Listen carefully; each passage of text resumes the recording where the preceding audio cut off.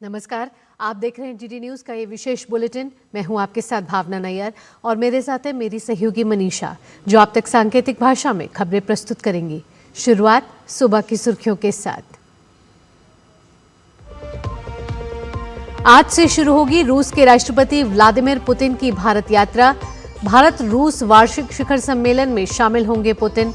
दोनों देशों के बीच कई महत्वपूर्ण समझौतों की उम्मीद।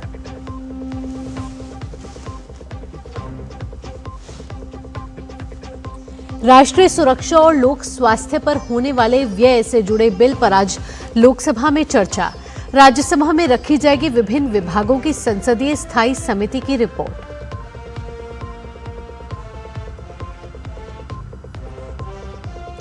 लैंड फॉर जॉब केस में लालू परिवार के खिलाफ आरोप तय किए जाएं या नहीं, आज दिल्ली की अदालत में फैसला संभव।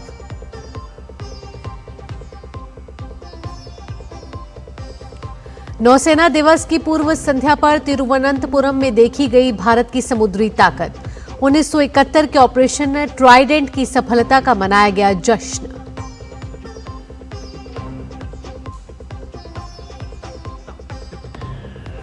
और साउथ अफ्रीका के खिलाफ टी20 सीरीज के लिए टीम इंडिया का ऐलान। शुभमन गिल और हार्दिक पांड्या की वापसी। 9 दिसंबर को कटक में पहला मैच।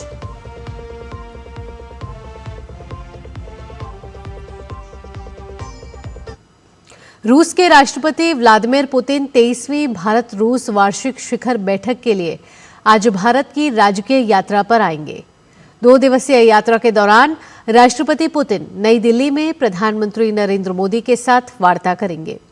दोनों नेता आपसी हित के क्षेत्रीय और वैश्विक मुद्दों पर विचारों का आदान प्रदान करेंगे। व्यापार, अर्थव्यवस्था, स्वास्थ्य सेवा, शिक्षा, संस्कृति और मीडिया के क्षेत्रों सहित कई समझौतों पर हस्ताक्षर होने की उम्मीद है।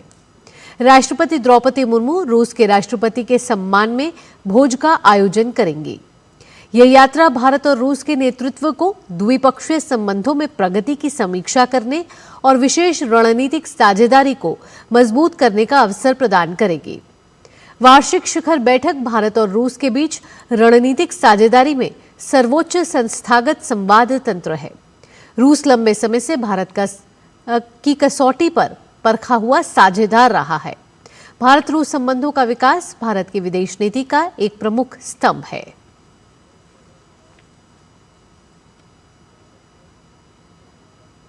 रक्षा मंत्री राजनाथ सिंह और रूस के अपने समकक्ष आंद्रेई बेलोसोव से आज नई दिल्ली में सैन्य तकनीकी सहयोग पर 22वीं भारत रूस अंतर सरकारी आयोग की मंत्री स्तरीय बैठक की सह अध्यक्षता करेंगे। रक्षा मंत्रालय ने कहा है कि दोनों नेता बैठक के दौरान रक्षा के क्षेत्र में भारत और रूस के बीच बहुआयामी संबंधों की संपूर्ण समीक्षा करेंगे। वे आपसी हित के समकालीन क्षेत्रीय और वैश्विक मुद्दों पर भी विचारों का आदान प्रदान करेंगे। मंत्रालय ने कहा है कि इस यात्रा के दौरान बेलोसोव राष्ट्रीय युद्ध स्मारक पर पुष्पांजलि अर्पित करेंगे और सर्वोच्च बलिदान देने वाले भारतीय सैनिकों को श्रद्धांजलि भी अर्पित करेंगे।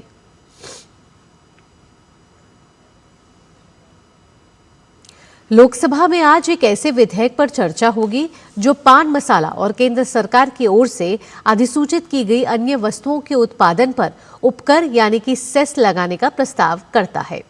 इस बिल का नाम है स्वास्थ्य सुरक्षा से राष्ट्रीय सुरक्षा उपकर विधेयक 2025। वित्त मंत्री निर्मला सीतारमण इस बिल पर चर्चा के दौरान इसके प्रमुख प्रावधानों, इसके वित्तीय प्रभाव और सेस से जुटाए जाने वाले राजस्व के उपयोग की रूपरेखा पेश करेंगे। सरकार की कोशिश होगी कि आज ही इस बिल को सदन से पारित करा लिया जाए।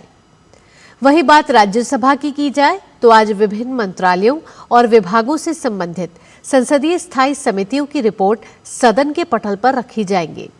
इन प्रतिवेदनों में मंत्रालय के कार्य निष्पादन, योजनाओं की प्रगति, बजटीय आवंटन के उपयोग, नीतिगत क्रियान्वयन और सुधार की आवश्यकता वाले क्षेत्रों का आकलन शामिल है।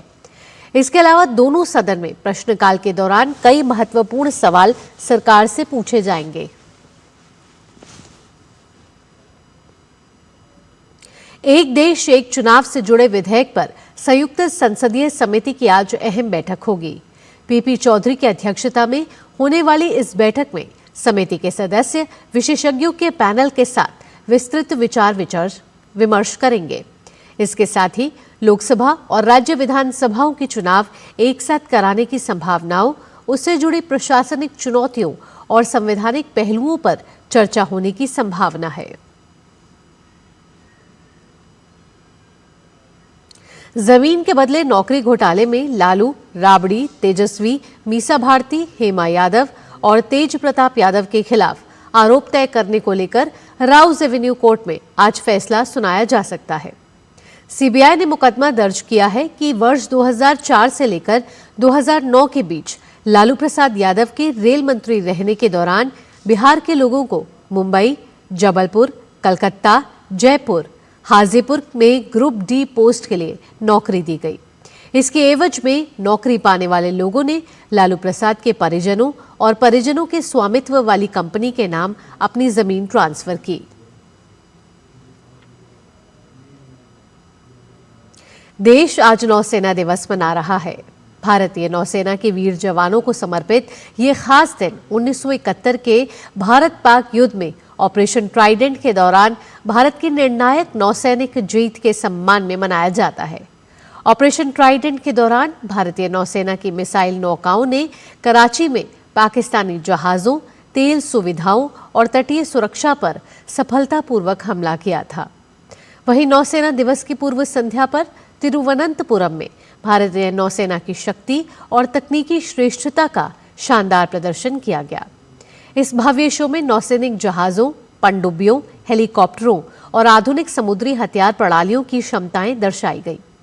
समुद्री अभ्यासों और ऑपरेशनल डेमो के जरिए नौसेना ने यह संदेश दिया कि भारत अपनी समुद्री सीमाओं की सुरक्षा के लिए पूरी तरह सक्षम और सज्जित है।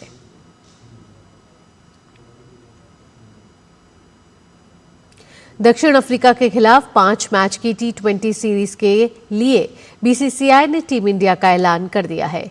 सूर्य कुमार यादव की कप्तानी वाली टीम में शुभमन गिल की वापसी हुई है। वहीं हार्दिक पांड्या भी चोट से उबरकर T20 टीम में वापसी करने में सफल हुए हैं। टीम में जितेश शर्मा और संजू सैमसन के रूप में 2 विकेटकीपर बल्लेबाजों को जगह मिली है। भारतीय टीम में इस तरीके से कुछ बदलाव किए गए हैं, जिसमें सूर्य कुमार यादव कप्तान, शुभमन गिल, अभिषेक शर्मा, तिलक वर्मा, हार्दिक पांड्या, शिवम दुबे, अक्षर पटेल, जितेश शर्मा विकेटकीपर, संजू सैमसन विकेटकीपर, जसप्रीत बुमराह, वरुण चक्रवर्ती आदि शामिल हैं। गौरतलब है कि भारत और दक्षिण अफ्रीका के बीच 5 मैच की T20 सीरीज की शुरुआत 9 दिसंबर से होगी।